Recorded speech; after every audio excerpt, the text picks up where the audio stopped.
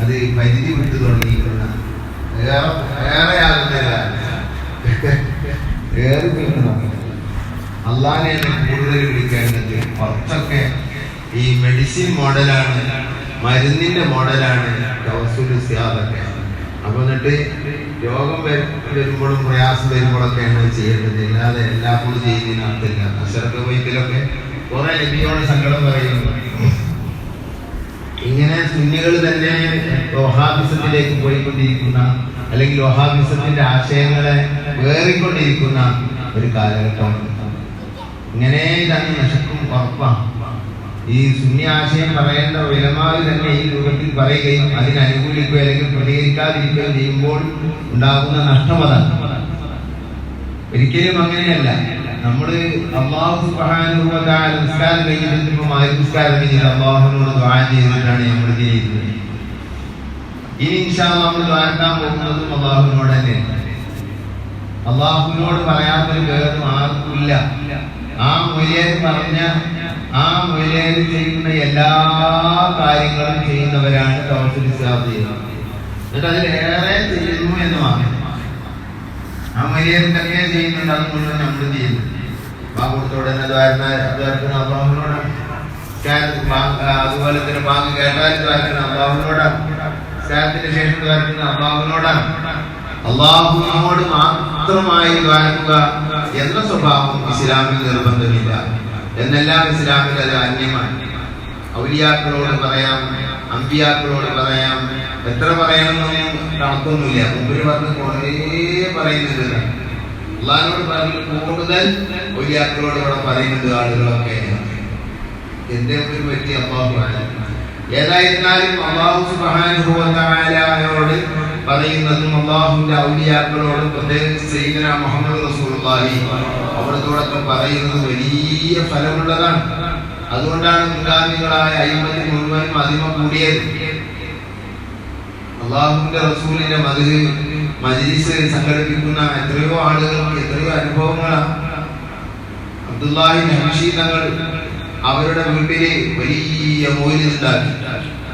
എന്നിട്ട് ബഹുമാനപ്പെട്ടവർ പറയാണ്, അവിടുത്തെ അൽവസായ എന്ന 110ഓളം വസിയത്തുകൾ ഉൾക്കൊള്ളുന്ന വലിയൊരു ഗ്രന്ഥമാണ് അൽവസായ. ആ വസായയുടെ 108ാമത്തെ വസിയത്തിൽ എഴുതിയത് കാണാം, ഞാൻ എന്റെ വീട്ടിൽ വലിയൊരു മൗലിദ് സംഘടിപ്പിച്ചു. നമ്മളെ വീടുകളിലൊക്കെ മൗലിദ് ഓതണം. ഇതുകൊണ്ട് നമ്മൾ മതിയാക്കരുത്. നമ്മുടെ വീട് നബി സല്ലല്ലാഹു അലൈഹി വസല്ലം തങ്ങൾക്ക് പരിചയം ഉള്ളതായിരിക്കണം. നമ്മുടെ വീടിന്റെ ഉള്ളിൽ നബിതങ്ങൾക്ക് ഇഷ്ടപ്പെടാത്ത ഒന്നും ഉണ്ടാകരുത്. അശ്ലീല ചിത്രങ്ങളും സാഹിത്യങ്ങളും ഒന്നും കൊണ്ടുവന്ന് വെക്കരുത്.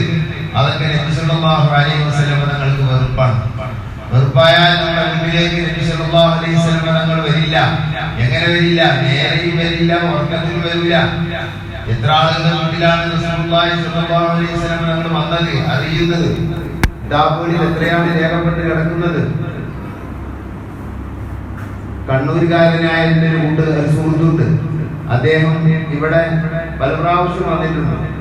നല്ല മനുഷ്യനാണ്. നല്ല മനുഷ്യൻ പറഞ്ഞാൽ ഒരു ഉദാഹരണം പറഞ്ഞാൽ അയാളുടെ മകൾക്ക് ഒരു ഭർത്താവിനെ അയാൾ അന്വേഷിക്കുകയാണ്. കണ്ണൂരാണ് ജില്ല. എന്താ നിയമം? എന്റെ മകൾക്ക് ഒരു ഭർത്താവ് വേണം, ആ വീട്ടിൽ TV ഉണ്ടാകാൻ പാടില്ല, അങ്ങനത്തെ വീട്ടിലായിരിക്കണം ആ ഭർത്താവ് ഉണ്ടാകേണ്ടത്. 2 കൊല്ലം ഞാൻ പറഞ്ഞു, നിങ്ങളുടെ നാടിന്റെ അവസ്ഥ എന്താ? ഞങ്ങളുടെ നാടിൽ എല്ലാ SSFകാരുടെ വീട്ടിലും SYSകാരുടെ വീട്ടിലൊക്കെ ഈ സാധനം ഉണ്ട്. ഇത് SSFന്റെ പ്രവർത്തകനായിരിക്കണം പുതുവരൻ. അതുപോലെ തന്നെ വീട്ടില് ഈ TV ഉണ്ടാകാനും പാടില്ല, അങ്ങനത്തെ വീട് തെരഞ്ഞ്. ഞാൻ പറഞ്ഞു, നിങ്ങൾ ആത്മാർത്ഥമായി തരികയാണെങ്കിൽ കിട്ടും. അല്ലാഹുവല്ലേ വലിയവൻ. 2 വർഷം ചിന്തിക്കേണ്ടി വന്നു ആ മോളെ കല്യാണം. അങ്ങനത്തെ ഒരു വീട് കിട്ടി. അദ്ദേഹം നിക്കാഹ് ചെയ്യാൻ എന്നെ ക്ഷണിച്ചിരുന്നു. ഞാൻ ദൂരമായതുകൊണ്ട് അദ്ദേഹത്തോട് സംബന്ധം വെച്ച് ഞാൻ പോയിട്ടില്ല.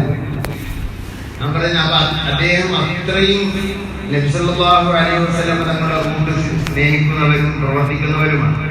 നല്ലൊരു മനുഷ്യനാണ്. അപ്പൊ അദ്ദേഹം പറയാണ്, പിന്നെ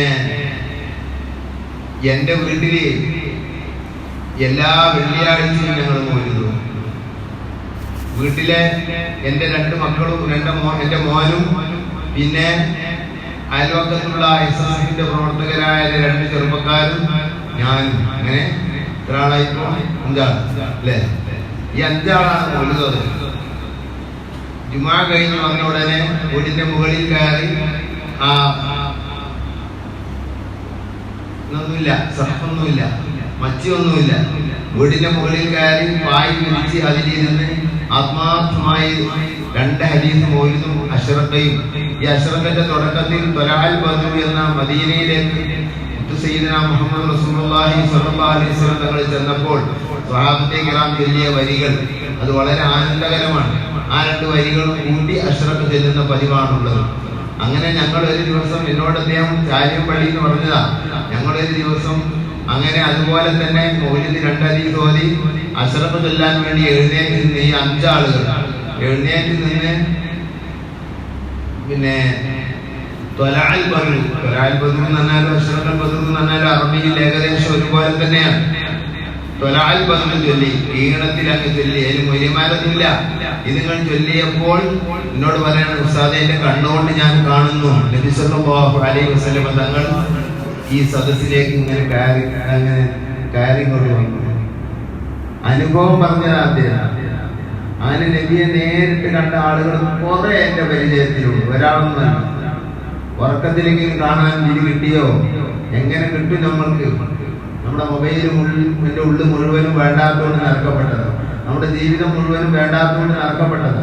ഉറക്കത്തിലെങ്കിലും കാണാൻ വിധി കിട്ടാതെ മരിച്ചു പോയാൽ എത്ര നഷ്ടമായിരിക്കും സഹോദരങ്ങളെ. ഇതിനൊരു പരിഹാരം കാണാൻ ഇനിയും ടൈമുണ്ട്.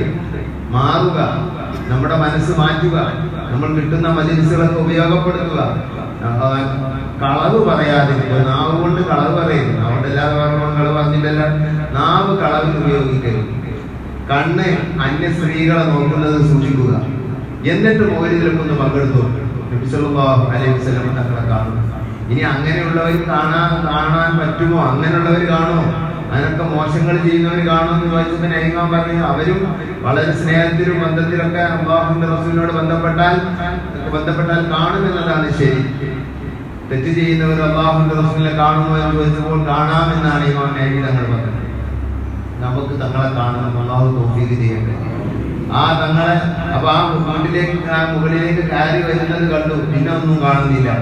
ഇത് അദ്ദേഹത്തിന്റെ അനുഭവമാണ്. വേറെ എറണാകുളത്തുകാരനായ ഒരു സുഹൃത്ത് എന്നോട് വിളിച്ചു പറഞ്ഞു, ഞാൻ ദുആ ചെയ്തുകൊണ്ടിരിക്കുമ്പോൾ റസൂലുള്ളാഹിനെ നേരിട്ട് കണ്ടു.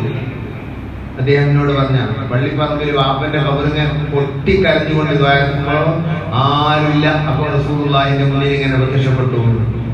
വേറെ സുഹൃത്ത് എന്നോട് പറഞ്ഞതാണ്, എന്റെ നാട്ടിലെ പള്ളിയിലെ മിഹ്റാബിന്റെ അരികിൽ റസൂലുള്ളാഹി തങ്ങൾ, ഞാൻ ഒറ്റ പള്ളിയിൽ ഇരുന്ന് കരഞ്ഞ് എനിക്ക് നബിയെ കാണണം.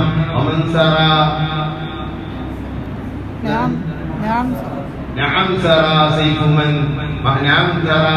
من أهوى فأرقني والحب يعترض اللذات للعالمين എന്ന വരി കുറെ വട്ടം ഒറ്റക്കിരുന്ന് മൗലായ കൂടി ചൊല്ലിയാൽ നബിയെ കാണുമെന്ന് കിതാബിൽ കണ്ടപ്പോ വിദ്യാർത്ഥി കാലത്ത് അദ്ദേഹത്തിന്റെ നാട്ടിലെ പള്ളിയിൽ കൂടി അദ്ദേഹം ഓതുന്ന പള്ളിയില് രാത്രിയിൽ ആരുടെ മുത്താലിമികളൊന്നും അവിടുത്തെ പള്ളിയിൽ ഉണ്ടാവില്ലല്ലോ. അവിടുത്തെ പള്ളിയിൽ വാതിലടച്ച് ഭക്ഷണത്തിനൊന്നും പോകാതെ നാം സറാ സൈഫുമൻ ചൊല്ലി കരഞ്ഞുകൊണ്ടേ മൗലായ കൂടി ചൊല്ലി നബി സല്ലല്ലാഹു അലൈഹി വസല്ലം തങ്ങൾ പ്രത്യക്ഷപ്പെട്ടു. നേരിട്ട് കണ്ടു. മിഹ്റാബിൽ തങ്ങൾ വന്ന് ഈ മുത്തറബ്ബിഹായി ഇങ്ങനെ ഇരിക്കുന്നതായി ഞാൻ കണ്ടു. പോയി കയ്യിൽ സലാം പറഞ്ഞു. അത് അദ്ദേഹം ഇപ്പോൾ ജീവിച്ചിരിപ്പുണ്ട്. അങ്ങനെ എത്ര ആളുകളാണ് നബിയെ നേരിട്ട് കണ്ടത്. സുബ്ഹാനല്ലാഹ്. കുറെ എന്റെ പരിചയക്കാരുണ്ട്. ഉറക്കത്തിൽ കണ്ടവർക്ക് കണക്കും കഴിയില്ല. അത്രയും കൂടുതൽ ഉറക്കത്തിൽ കണ്ടവരുണ്ട്. നമുക്ക് രണ്ടും അനുഭവമില്ലാത്തവരാണ് അധിക പേര്. അല്ലാഹു നമുക്ക് അതിനെ തൗഫീഖ് ചെയ്യട്ടെ. ഈ മാസം എങ്ങനെയെങ്കിലും കാണാനുള്ള മാർഗങ്ങൾ നമ്മൾ എടുക്കണം. അതിന് നമ്മൾ സൂക്ഷിക്കേണ്ടത് ഒന്ന് നമ്മുടെ നാവ്, ഒന്ന് നമ്മുടെ കണ്ണും. അതുപോലെ മൗലിദൊക്കെ കഴിവതും പങ്കെടുക്കുകയും പരിപാടികൾക്കൊക്കെ പങ്കെടുക്കുകയും സജീവമാവുകയും ചെയ്യുകയും ചെയ്യാം. എന്നാൽ ഇൻഷാ അല്ലാഹ് അല്ലാഹുവിന്റെ വിധിയിലുണ്ടെങ്കിൽ കാണും. അല്ലാഹു തആല കാണാൻ തൗഫീഖ് ചെയ്യട്ടെ. അപ്പൊ അബ്ദുല്ലാഹി നബ്ഷി തങ്ങൾ പറയാണ്, എന്റെ വീട്ടിൽ വലിയ മൗലിദ് സംഘടിപ്പിച്ചു. ആ മൗലിദിന് കുറെ ആളുകൾ പങ്കെടുത്തിരുന്നു. അതിന് മുമ്പ് പറഞ്ഞ വാക്കേത അറബിയിൽ ഖൽഖുൻ കസീർ എന്നാണ്. എത്രയോ ആളുകൾ ആ മൗലിദിന് വന്നിരുന്നു, ക്ഷണിക്കപ്പെട്ടവർ വന്നിരുന്നു. വീട്ടിലുണ്ടായ മൗലിദ് അല്ലാഹു നബി പറയാണ്, ആ മൗലിദ് നടന്നുകൊണ്ടിരിക്കുമ്പോൾ വഖദ് ഹദറ ഫീഹി റസൂലുള്ളാഹി സ്വല്ലല്ലാഹു അലൈഹി വസല്ലം, നബി സല്ലല്ലാഹു അലൈഹി വസല്ലം തങ്ങൾ ആ മജ്ലിസിൽ ഹാജറായി. എന്തൊരു സന്തോഷം ഉണ്ടാവും. അത് ഉറക്കത്തിൽ കണ്ട സംഭവമല്ല പറയുന്നത്, ഉണർച്ചയിൽ കണ്ടത് പറയാണ്. നബി സല്ലല്ലാഹു അലൈഹി വസല്ലം തങ്ങൾ ആ മജ്ലിസിൽ ഹാജറായി. എന്നിട്ട് അത് മൂപ്പര് പറയുമ്പോ മൂപ്പര് ആ മജ്ലിസിൽ നിന്ന് ഹബശി തങ്ങള് അല്ലാഹുവിന്റെ റസൂലിനെ കണ്ടു. എറണാകുളത്ത് ഹുബ്ബുർ റസൂൽ എന്ന് പറയുന്ന ഒരു വലിയ പരിപാടി നടക്കാറുണ്ട്. അതില് ഔദ്യോഗികമായിട്ട് പ്രസംഗിക്കല് ഷെയ്ഖുന ഖമറുൽ ഉലമ ഉസ്താദാണ്. പിന്നെ ഏതെങ്കിലും ഗസ്റ്റുകളായ അറബികളുണ്ടെങ്കിൽ അവരും പ്രസംഗിക്കും. അപ്പോ അവിടെ ഒരു അറബി വന്നിരുന്നു. അള്ളാഹുവിന്റെ റസൂലിനെ വല്ലാതെ ഇഷ്ടവെക്കുന്ന ഒരു അറബി. മർക്കസില് ആ അറബി വന്നിരുന്നു, സമ്മേളനത്തിലല്ല, മറ്റൊരു ഘട്ടത്തിൽ. നബി തങ്ങളുടെ 201 പേര് ദലായിൽ ഖൈറാത്തിന്റെ തുടക്കത്തിലുണ്ട്. അത് മുഴുവനും കാണാതെ ചൊല്ലുന്ന ഒരു അറബി ആയിരുന്നു ആ അറബി. കാണാതെ നബി തങ്ങളുടെ പേര് കഴിവതും കാണാതെ പഠിക്കുന്നത് നല്ലതാണ്. എന്നാൽ ആ സ്വഭാവം മനുഷ്യന് വരും. നബി സല്ലല്ലാഹു അലൈഹി വസല്ലം തങ്ങളുടെ സ്വഭാവം കിട്ടിയാൽ നമ്മൾ രക്ഷപ്പെടും. അപ്പൊ ആ പേരുകൾ അസ്മാഉൽ ഹുസ്ന പഠിക്കും പോലെ ആ അസ്മാവുകൾ പഠിച്ച അറബിയാണ് അദ്ദേഹം. അവിടെ പിന്നെ അവിടുത്തെ പരിപാടിയിൽ അല്പനേരം പ്രസംഗിച്ചിരുന്നു. അപ്പൊ അവിടുത്തെ എല്ലാ കാര്യങ്ങൾക്കും നേതൃത്വം കൊടുക്കുന്ന കൽത്തറ അബ്ദുൽ ഖാദർ മുസ്ലിയാർ അദ്ദേഹം എന്നോട് വിളിച്ചിട്ട് പറഞ്ഞു, ഇങ്ങനെ ഒരു അറബി വന്നിട്ടുണ്ട്. അപ്പൊ അയാൾക്ക് വലിയ ആളാണെന്ന് എനിക്ക് നല്ല മനസ്സിലായി. അങ്ങനെ അറബി പരിപാടിയിൽ നിന്ന് പ്രസംഗിച്ച് റസൂലുള്ളാഹിന്റെ പേരുകൾ ചൊല്ലി 200 ജില്ലാനും പേരുകൾ മുഴുവനും ചൊല്ലി തീർത്തു. അതിനുശേഷം ദ്വാ തുടങ്ങി. ദ്വാ പുറത്തെത്തിയപ്പോഴോ അയാൾക്ക് ദ്വാരക്കാൻ വയ്യ, പൊട്ടിക്കരഞ്ഞിട്ട് അമർത്തിയാകലായി. അവസാനം ദ്വാ അങ്ങനെയൊക്കെ സമാപിച്ചിരിക്കുകയാണ്. അപ്പൊ ആ വിഷയം എന്നോട് കൽത്തറ അബ്ദുൽ ഖാദർ മുസ്ലിയാർ അവിടുത്തെ മുദരിസാണ്. അദ്ദേഹം അവിടുത്തെ ഒരു എല്ലാത്തിനും നേതൃത്വം കൊടുക്കുന്ന ആളാണ്. അദ്ദേഹം എന്നോട് പറഞ്ഞു, അതിന്റെ കാരണം ചോദിച്ചപ്പോ ഞാനിങ്ങനെ കൈപൊക്കി ദ്വാ ചെയ്തുകൊണ്ടിരിക്കുമ്പോൾ ഈ മജ്ലിസിൽ നബി സല്ലല്ലാഹു അലൈഹി വസല്ലം തങ്ങൾ ഹാജറായി. നമ്മുടെ ഒരു മജ്ലിസിൽ, നമ്മൾ ചാരിയത്ത് സംഘടിപ്പിച്ച ഒരു മജ്ലിസിൽ റസൂലുള്ളാഹി പങ്കെടുത്തു, ഹാജറായി എന്ന് പറയാം. അത്ര സന്തോഷം വേറൊന്നില്ല. നമ്മൾ കണ്ടോ കണ്ടില്ലേ എന്നുള്ളത് വേറെ കാര്യം. നമ്മൾ കണ്ടില്ലെങ്കിലും നമ്മൾ കാണാതെ ആയാലും നമ്മളെ മജ്ലിസിൽ തങ്ങൾ വന്നില്ലേ, തങ്ങൾ ആയിരക്കണക്കിന് മജ്ലിസിൽ പങ്കെടുക്കും, ഒരേ ടൈമിൽ പങ്കെടുക്കും. ഇത് ഞാൻ പറഞ്ഞതല്ല, ഇമാം സിയൂത്തി അവിടുത്തെ അൽ ഹാബീലി ഫതാവി എന്ന ഗ്രന്ഥത്തിൽ പറഞ്ഞതാണ്. ലോകത്തെ ആലമിലെ എല്ലാ സ്ഥലത്തേക്കും തങ്ങൾ പോകും, മജ്ലിസുകളിൽ പങ്കെടുക്കും, മരിച്ചോടത്ത് പോകും. അങ്ങനെ റസൂലുള്ളാഹി തങ്ങൾ പങ്കെടുത്തത് കണ്ടത് പറഞ്ഞതായിരിക്കാം എന്ന് നമുക്ക് പറയാം. എന്നിട്ട് വീണ്ടും പറയാണ്, വഖദ് റആഹു കസീറും മിമ്മൻ ഹദറ മിൻ അഹ്ലി സ്വലാഹ്. ആ മജ്ലിസിൽ പങ്കെടുത്ത നല്ലവരായ ആളുകൾ ആരൊക്കെയുണ്ടോ അവരൊക്കെ ആ മജ്ലിസിൽ നിന്ന് നബിയെ നഗ്ന നേത്രങ്ങളെ കൊണ്ട് കണ്ടു. എല്ലാരും കണ്ടു, നല്ലവരൊക്കെ റസൂലുള്ളാഹിനെ ആ മജ്ലിസിൽ വെച്ച് കണ്ടു. സഹോദരങ്ങളെ, ഇത് അൽ-വസായ എന്ന ഗ്രന്ഥത്തിന്റെ 108ാമത്തെ വസിയത്തിൽ പറഞ്ഞിട്ടുണ്ട്. ഇതൊന്നും കൂടുതൽ കാലമായിട്ടില്ല, ഏകദേശം 100 ചില്ലാനും കൊല്ലമായിട്ടുള്ള. അള്ളാഹുവിന്റെ റസൂലിന്റെ മൗലിദിന്റെ മജ്ലിസ് ചെറിയതല്ല.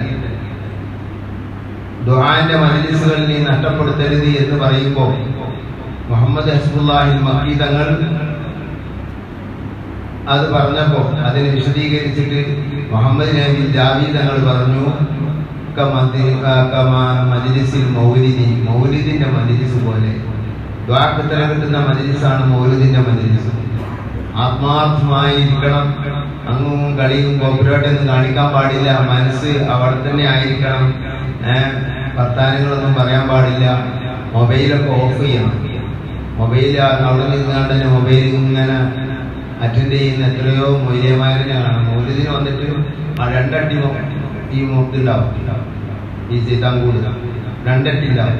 ഒന്ന് വരാനൊന്ന് പോകാനൊന്നും. എന്തിനാണ് രണ്ടെണ്ണം? എന്താ എത്തിക്കുന്നത്? മൂല്യമാരായാലും ഞാൻ പറയാം, എന്തൊക്കെ എന്താ ഇതിപ്പോ ആരോടാ പറയാ?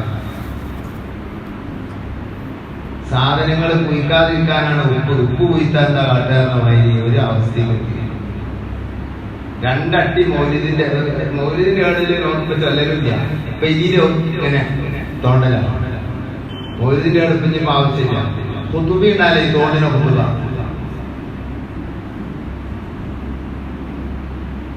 അതുകൂടി അതിൽ വല്ല വിവരം വരികയാണെങ്കിൽ അപ്പോഴേക്കും മ്യൂസിക്കുകളും ഒരു പേടിയില്ല. അഭിയന്മാര് മ്യൂസിക്കാണല്ലോ റിംഗ്ടൂണായി വെച്ച മ്യൂസിക് ഹറാമാണ്. അത് എല്ലാരും മ്യൂസിക്. എന്നിട്ട് അത് പള്ളിയിൽ നിന്നാണ് അത് ഓണാകുന്നത്. കീങ്കിയും കൂങ്കിയും കുങ്കിയും അറിയാണ്ട് അങ്ങനെ അതങ്ങനെ. അത് തെറ്റല്ലേ? അത് ഹറാമല്ലേ? മ്യൂസിക് ഇങ്ങനെ ഇതൊക്കെ കേടരുത്, എല്ലാം കേടരുത്. കൈകൊണ്ട് കളിക്കരുത് മൗലിദിന്റെ മജ്‌ലിസിൽ. അങ്ങും ഇങ്ങും നോക്കരുത് മൗലിദിന്റെ മജ്‌ലിസിൽ. അശ്രദ്ധനാകരുത് മൗലിദിന്റെ മജ്‌ലിസിൽ. ഇത് ഞാൻ പറഞ്ഞതല്ല, ഖാദിയാദ് നിങ്ങൾ അഷിഫ എന്ന ഗ്രന്ഥത്തിൽ പറഞ്ഞതാണ്. നമ്മൾ ഓർക്കണം. അല്ലെങ്കിലൊക്കെ അതിന്റെ ദൂഷ്യമാണ് അനുഭവിക്കുക. പെരിയിൽ മൗലിദുണ്ടാക്കിയ പെരക്കാരുണ്ടാവില്ല. പെരക്കാരും മൗലിദിന്റെ മജ്‌ലിസിലുണ്ടാവില്ല. അവര് വരുന്നവരെ സ്വീകരിക്കണ്ടെന്നല്ല പറഞ്ഞത്. അവിടെ ഇരുന്ന് അയാളേക്ക് വന്നിരുന്നോട്ടെ. എല്ലാം മുറ്റത്ത് പോയിട്ട് സ്വീകരിക്കണം എന്നുണ്ടോ? ഇല്ലല്ലോ. അല്ലെങ്കിൽ ഇങ്ങനെ വിളിച്ചാൽ മതി. ആവശ്യമുണ്ടെങ്കിൽ നമ്മൾ അധിക പേരും അവനവന്റെ വീട്ടിലെ മൗലിദിൽ പങ്കെടുക്കുന്നുണ്ട്. പുറത്തുള്ളവരാ പങ്കെടുക്കുക. അവർക്ക് അതിന്റെ ലാഭം കിട്ടും, നമ്മൾ ഉണ്ടാക്കിയ കൂലി കിട്ടും. നമുക്ക് ആ മജ്‌ലിസിൽ ഇരുന്ന കൂലി കിട്ടാൻ വളരെ പ്രയാസമാണ്. റബീഉൽ-അവ്വലായപ്പോ തന്നെ കുറെ ആളുകൾ നമ്മളൊരു ദിവസം മൗലിദ് നടത്തണം, നമ്മളെ വീട്ടിൽ ഒരു ദിവസം മൗലിദ് നടത്തണം. കുറെ ആളുകളോടെ വന്നിരുന്നു. കുറെ ആളുകൾക്ക് ഡേറ്റ് കൊടുത്തു. എല്ലാത്തിലും നമ്മളെ വിളിക്കരുത്, ഇന്നെ വിളിക്കരുത്, കാര്യങ്ങളെ വിളിച്ചോളി, ഇന്നെക്കൊണ്ട് കഴിയില്ല. അതുകൊണ്ടാണ് മജ്‌ലിസുകൾ നമ്മളെ വീട്ടിലൊക്കെ സംഘടിപ്പിക്കണം. ഒരാളെ വിളിച്ച് ചെയ്യാൻ കഴിയുമെന്ന് അങ്ങനെ ചെയ്യണം. അതല്ലെങ്കിൽ ഒറ്റക്കെങ്കിലും ചെയ്യണം. ഇന്ന് രാത്രി മുതൽ നമ്മൾ സ്വന്തമായി മൗലിദിന്റെ മജ്‌ലിസ് വീട്ടിലുണ്ടാക്കണം. ഒറ്റക്കെങ്കിലും അത് ചൊല്ലണം. നമ്മൾ റസൂലുള്ളാഹി തങ്ങളുടെ മഹബ്ബത്ത് നമ്മുടെ ഹൃദയത്തിൽ വളർന്നു വരണം. ഒരു മൗലിദ്, 2 മൗലിദ്, 3 മൗലിദ്, അത്രയും വളർച്ച ഹൃദയത്തിനുണ്ടായിരിക്കും. ഹൃദയം അതിനനുസരിച്ച് വളരും. തങ്ങളുടെ സ്നേഹത്തിൽ തങ്ങളെ പറയുമ്പോൾ മാനസിക വേദന വരും, സങ്കടം വരും. അതൊക്കെ തന്നെയാണ് സ്നേഹം. സ്നേഹത്തിന്റെ ഒരു ഭാഗം അതാണ്. അതുകൊണ്ട് മറക്കരുത്. റബീഉൽ-അവ്വലിലേക്ക് കടന്നു. ഇന്ന് രാത്രി റബീഉൽ-അവ്വലാണ്. അപ്പൊ ഇന്ന് ഈ മഗ്‌രിബ് മുതൽ റബീഉൽ-അവ്വലാണ്. ഇനി 30 അടങ്ങുന്ന ദിവസങ്ങളിൽ നമ്മുടെ ജീവിതത്തിൽ നമ്മൾ കുറെ പരിവർത്തനങ്ങൾ ഉണ്ടാകും. സ്വലാത്തും ദിക്റും റസൂലുള്ളാഹി തങ്ങളെ വിളിക്കലും പറയലും അങ്ങനത്തെ കിട്ടുന്ന മജ്‌ലിസുകളിൽ പങ്കെടുക്കലും അതിന്റെ പ്രവർത്തനങ്ങൾ ചെയ്യലും അതിന് വേണ്ട കാര്യങ്ങൾ പ്രവർത്തിക്കലും ഇങ്ങനെ ആയിരിക്കണം നമുക്ക് ഇനിയുള്ള ദിവസങ്ങൾ. അല്ലാഹു സുബ്ഹാനഹു വ തആല തൗഫീഖ് ചെയ്യട്ടെ. ഇന്നത്തെ ജീവനി നമ്മളെ പ്രിയപ്പെട്ട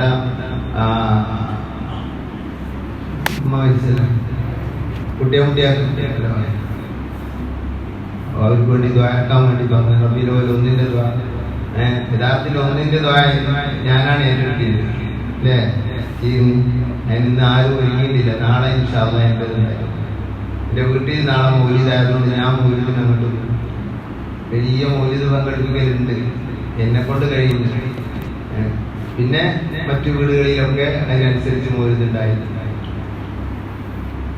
ഞാൻ നാളെ മൗലിദായത് വീട്ടിൽ മൗലിദായതുകൊണ്ട് അങ്ങോട്ട് പോകും. അല്ലാഹു സുബ്ഹാനഹു വ തആല നമ്മുടെ വീടുകളൊക്കെ ഒത്തിരി എനിക്ക് പരിചയമുള്ള വീടുകളാണ്. ഈ എന്താണ് പറയാ, ജാമി കറാമാത്തുൽ ഔലിയാഇന്റെ മുഖവരിയിൽ കാണാം ഇബ്രാഹിം അദ്വ പറയുന്നത്, എന്റെ ഒരു കൂട്ടുകാരൻ നബിതങ്ങളെ സാധാരണ ദർശിക്കുന്ന ആളായിരുന്നു അവരെ വീട്ടിൽ. പിന്നെ തങ്ങളെ കാണാൻ പ്രയാസമായി, കാണുന്നില്ല. നബിനെ കാണാത്തതിൽ വളരെ ദുഃഖിച്ച് പ്രയാസപ്പെട്ട് ഞാൻ കുറെ വിഷമിച്ച് ആ ദുഃഖൂർ പറയണം. അയാള് വളരെ പ്രയാസപ്പെട്ട് തങ്ങളെ കാണാൻ നഷ്ടപ്പെട്ടാൽ അത്ര പ്രയാസം വേറെ ഏതാണ്. സാധാരണ കാണുന്ന ഒരാൾ തങ്ങളെ കാണുന്നില്ല. അങ്ങനെ പിന്നെ വേറെ ഏതോ വീട്ടിൽ പോയപ്പോ അവിടെ ഉറങ്ങിയപ്പോ നബി തങ്ങളെ കണ്ടു. അപ്പൊ തങ്ങളോട് ചോദിച്ചു, യാ റസൂലല്ലാഹ്, നബിയെ, ഞാൻ എന്ത് തെറ്റാണ് ചെയ്തത്? തങ്ങളെ എന്റെ വീട്ടിലേക്ക് വരുന്നില്ല. ഞാൻ എന്റെ വീട്ടിലേക്ക് എങ്ങനെ വരും? എന്റെ വീട്ടിൽ എന്റെ സ്നേഹിതൻ യൂസുഫിന്റെ ബഹാനി അവരെ എതിർത്തുകൊണ്ട് എഴുതിയ പുസ്തകം നീ വാങ്ങി കൊണ്ടുവന്ന് വെച്ചിട്ടില്ലേ? ഞാൻ എന്റെ വീട്ടിലേക്ക് എങ്ങനെ വരും? ശ്രദ്ധിക്കുക സഹോദരങ്ങളെ, എന്റെ സ്നേഹിതൻ യൂസുഫിന്റെ ബഹാനി, നബഹാൻകാരനും മക്കയിലും മദീനയിലും കൂടിയ മിസ്രിൽ കൂടിയ ജീവിതം മുഴുവനും ഇഷ്കുൻ നബിയിൽ ചെലവഴിച്ച 100 ചില്ലാനും കിതാബുകൾ നബി തങ്ങളുടെ മദ്ഹിലായി എഴുതിയ മഹാനാണ് യൂസുഫിന്റെ ബഹാനി. യൂസുഫിന്റെ ബഹാനിന്റെ കൂട്ടുകാരൻ നബി സല്ലല്ലാഹു അലൈഹി വസല്ലം തങ്ങളെ ഉറക്കത്തിൽ കണ്ടപ്പോ, യാ റസൂലല്ലാഹ്, മാദാ തഖൂലു ഫീ യൂസുഫിന്റെ ബഹാനി, മാദാ തഖൂലു ഫീ യൂസുഫിന്റെ ബഹാനി, യൂസുഫിന്റെ ബഹാനിയെ പറ്റി തങ്ങൾ എന്താ പറയുന്നത് എന്ന് ചോദിച്ചപ്പോൾ പറഞ്ഞു തരാം. യൂസുഫിന്റെ ബഹാനി ഹസ്സാനി, യൂസുഫിന്റെ ബഹാനി അന്ന ബഹാനി ഹസ്സാനി. യൂസുഫ് ഉണ്ടല്ലോ, ഓന് എന്റെ ഹസ്സാനാണ്. അഥവാ നബിയുടെ കാലത്ത് നബിയെ പാടി പുകഴ്ത്തിയ ആളാണ് ഹസ്സാൻ ഇബ്നു സാബിത്ത് റളിയല്ലാഹു അൻഹു. ആ സ്ഥാനത്തുള്ളവനാണ് അവർ. ആ യൂസുഫിന്റെ ബഹാനിയെ എതിർക്കുന്ന പുസ്തകം നീ വാങ്ങി നിന്റെ വീട്ടിൽ കൊണ്ടുവന്ന് വെച്ചിട്ടില്ലേ? ഒരു വഹാബിയുടെ പുസ്തകമാണത്. വഹാബി പുസ്തകങ്ങൾ എത്രയാണ് പഠിക്കാൻ വേണ്ടി വായിക്കാൻ വേണ്ടി വാങ്ങി വെച്ചിട്ടുള്ളത് വീട്ടിൽ? അല്ലെങ്കിൽ അതിന് അതുപോലുള്ള ആവശ്യമില്ലാത്ത സാഹിത്യങ്ങളും എത്രയാണ് നമ്മുടെ വീട്ടിലുള്ളത്? നാനയും മംഗളവും അതും ഇതും ഉങ്ങളും ഉങ്ങളിയും എല്ലാ ചൈത്താനും കൊണ്ടുവന്ന് വെച്ചിട്ട് നിങ്ങളുടെ റസൂലുള്ളാഹി നിങ്ങൾ വരൂ എന്ന് പറഞ്ഞാൽ ഞങ്ങൾ വരും, ജനങ്ങളുടെ വരും. അതൊക്കെ ഇട്ട് വലിച്ചെറി. അങ്ങനെയുള്ള അശ്ലീല സാഹിത്യങ്ങളൊക്കെ ഒഴിവാക്കി. ഇദ്ദേഹം പറഞ്ഞേക്കണമെന്ന് നിങ്ങൾ ഇബ്രാഹിം മത്തുവ പറയണെങ്കിൽ വിട്ടുകൊടുത്ത് ചെയ്തു. ആ പുസ്തകം എടുത്തിട്ട് ഞാൻ അതിന്റെ തീക്കിട്ട് കരിച്ചു. ആ കരിക്കൽ കഴിഞ്ഞ ശേഷം പിന്നെ എന്റെ വീട്ടിൽ നിന്ന് കിടക്കിടക്ക് റസൂലുള്ളാഹിനെ കാണുമായിരുന്നു. അതൊക്കെ റസൂലുള്ളാഹിനെ കാണണമെങ്കിൽ നമ്മുടെ വീടും പരിസരമൊക്കെ ശുദ്ധിയായിരിക്കണം. നമ്മുടെ ഏറ്റവും വലിയ വീടായ നമ്മുടെ ഹൃദയം അത് ശുദ്ധിയായിരിക്കണം. നമ്മുടെ നാവ് ശുദ്ധിയായിരിക്കണം. നമ്മുടെ കണ്ണ് ശുദ്ധിയായിരിക്കണം. അതൊന്നും ശുദ്ധിയില്ലാതെയും ഒരു പക്ഷേ സ്നേഹം വർദ്ധിച്ചാൽ നിങ്ങളെ കാണാൻ കഴിയുമെന്ന് ഇമാം നബവി തങ്ങൾ അവിടുത്തെ പ്രതാപയിൽ പറയുന്നത്. അല്ലാഹു തആല നമുക്ക് മുത്തുനബിയെ കാണാൻ അല്ലാഹു തആല തൗഫീഖ് ചെയ്യട്ടെ. വാഖിറു ദഅവാനാ അൽഹംദുലില്ലാഹി റബ്ബിൽ ആലമീൻ. നാളെ മുതൽ ഇൻഷാ അല്ലാഹ് മഗ്‌രിബിന് ശേഷം മങ്കൂസ് മൗലിദ് ഒരു ഹദീസ് ഓതി കൊറോണ എന്ന ആ മഹാമാരിയെ പേടിച്ച് നമ്മുടെ നാടിന് കാവൽ കിട്ടാൻ വേണ്ടിയാണ് മങ്കൂസ് മൗലിദ് ഇവിടെ വെച്ചത്.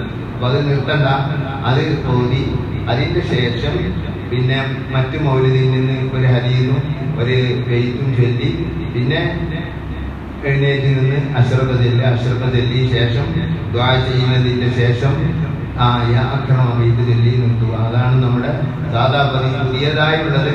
ഈ ഇത് മാത്രമാണ്, പിന്നെ മങ്കൂസ് മൗലിദ് മാത്രം. ഇൻഷാ അല്ലാഹ്.